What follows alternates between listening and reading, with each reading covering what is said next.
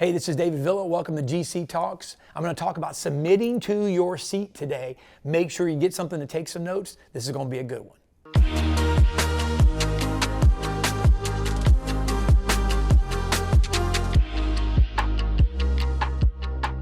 All right, we're talking about submitting to your seat. What does that mean? Can I just say this? God has called you to sit in a place of influence. Where's your influence? I don't know. What and who are you called to influence? I don't know. But can I say this? God is a God of influence. And when He calls you and I, when He sets us apart and saves us, He puts us in His purpose. And that purpose is always to influence somebody. And He's given you a seat. We live in a culture that teaches us to always be first, to be the leader, the entrepreneur, the boss. Anything less than that seems less important. I got to be the boss. I got to be first. But listen, can I just say this? A school won't be healthy, safe, or thriving as an environment for children to learn without teachers, support staff, and maintenance. Hey, how about this? A CEO. Yeah, I'm talking to all you CEOs out there. A CEO, and more importantly, I'm talking to those who serve the vision of a CEO. Without a team, is rendered useless. A CEO is rendered useless without a team. A pastor without a leadership team is just overworked and without purpose. I'm here to challenge you. I'm going to challenge the narrative of culture, and I'm going to challenge your thinking and my thinking. I'm going to challenge you that it's not about who you lead. It's about how you lead. I'm going to say that again. It's not about who you lead. It's about how you lead. You are the first leader of your life, and that doesn't change no matter where you are seated. Let's look at the life of Joseph for a second. One of my favorite people in the Bible, partially because I can relate to the fact of a dream. Maybe you can too. And I can relate to the fact of waiting and being in the middle. Joseph's life is a powerful example of the faithfulness of God, the providence to bring a dream to pass.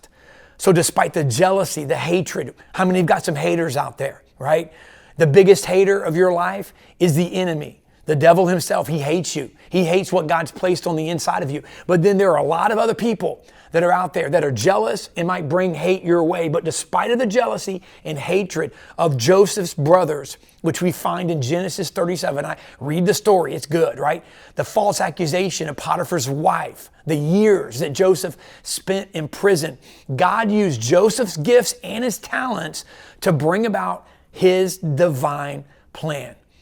Joseph's story reminds me that even when our dreams are seemingly shattered, how many have dreams that you feel like have been shattered? Maybe they've been buried. Maybe they've been set on a bookshelf somewhere and they have dust all over them. Maybe you don't even know where they are anymore. But Joseph's story reminds me that even when our dreams are seemingly shattered and we face insurmountable obstacles, God is still at work in our lives.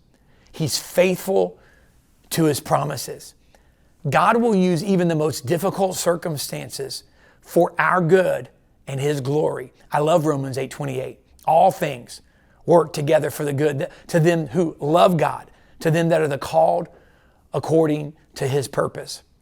So God will use your mess ups. He'll use your dark seasons. He'll use your prisons. He'll use your time of serving, your time where you've sat seemingly on the sidelines. He'll use that time and all that time in the middle to build your character and to cement His plan for your life. If you have a dream, I submit to you, blow the dust off of that dream and get ready, because God is not a man that He should lie. And He is setting you up for such a time as this to fulfill the purpose that He has placed in your heart according to His will. Here's my question. Have you submitted to God's plan for your life? That's a question to ask yourself right now. Have you accepted His will, not your will? Listen, I've accepted my will plenty of times, but it was when I accepted God's will that I see movement and traction in my life. Have you submitted to your seat? You're like, David, what does that mean? It means that God didn't save you to be average. He didn't save you to be ordinary. He didn't save you to be mediocre. He didn't save you so that you would just sit over here and not influence. But God saved you to put you in a seat And that seat is a place of influence so that those around you, your family, your children, your spouse, your coworkers, your business, your company, your church, your nation, whoever it is, that those around you, He's put you in a seat, saved you for your seat so that you can influence those around you for His kingdom. Have you submitted to your seat? Contentment will follow once we submit to God's will. I didn't say complacency. I didn't say comfort or laziness in our current position, but fulfillment. Contentment is fulfillment. So contentment or fulfillment will follow once we submit to God's will. And when we are content or fulfilled in our position, can I say this? God can use you and I as valuable tools to accomplish the dreams of others, let alone our own. I want you to take a moment and eliminate all outside distractions. I want you to put your titles on hold for a second. Set your rules aside. Take a moment to focus on the reason God created you. Can I just say this? Joseph's dream did not become fulfilled until he interpreted Potiphar's dream. Until he interpreted Pharaoh's dream. I want you to hear that again. Joseph's dream, the dream that God placed in Joseph's life, did not become fulfilled. It didn't get fulfilled until he interpreted Pharaoh's dream. So listen, leader, make sure that you don't put your dream above everyone else, but it's about those you serve. It's about those you impact and those you influence. So if you want your dream fulfilled in life, then you have to learn how to possibly interpret the dreams of others. That will preach. God's placed you and I in a seat for such a time as this to be an influence over those that He's called you to serve.